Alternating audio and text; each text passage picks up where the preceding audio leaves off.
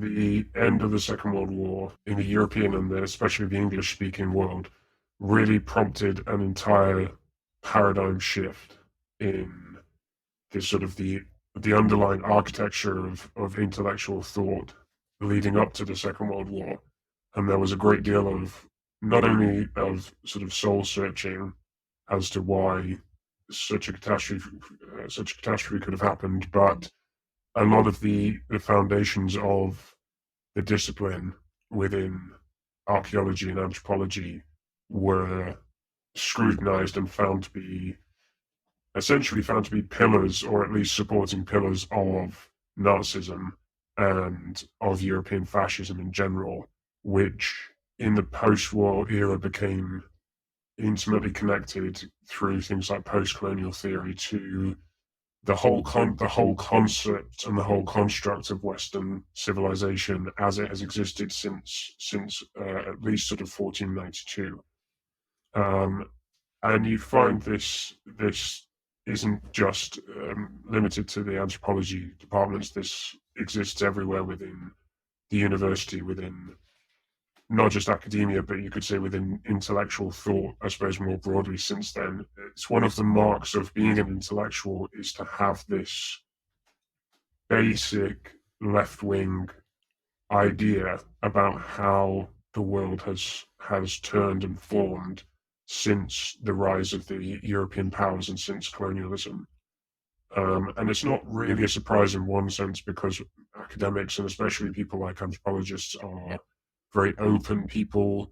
They're very curious. They're very driven by wanting to understand experiences outside of their own. And there has always been and will always be a strain of thought that leads you down the path of left-wing thinking within the discipline.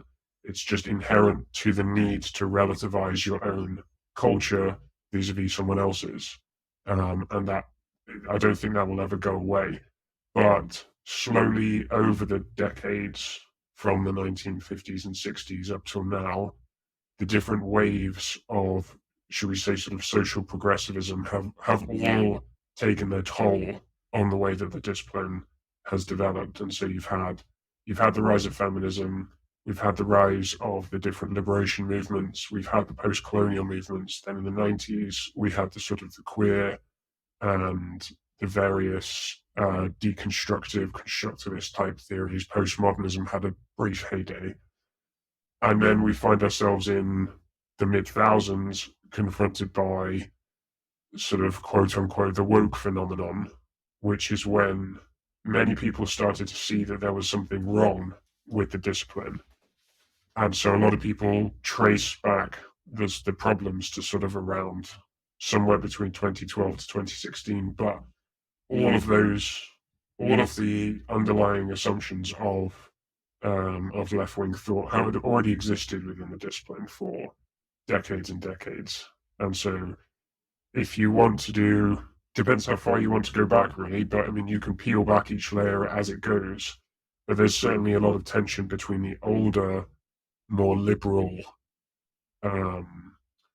sort of theorists, thinkers, and researchers, and the newer, younger, you could call them more woke students, although I don't really like the term very much, but people that are more influenced by the modern wave of activism around where identity becomes the absolute paramount, and ideas about race become so fundamental that the whole discipline has to be sort of recreated in that image.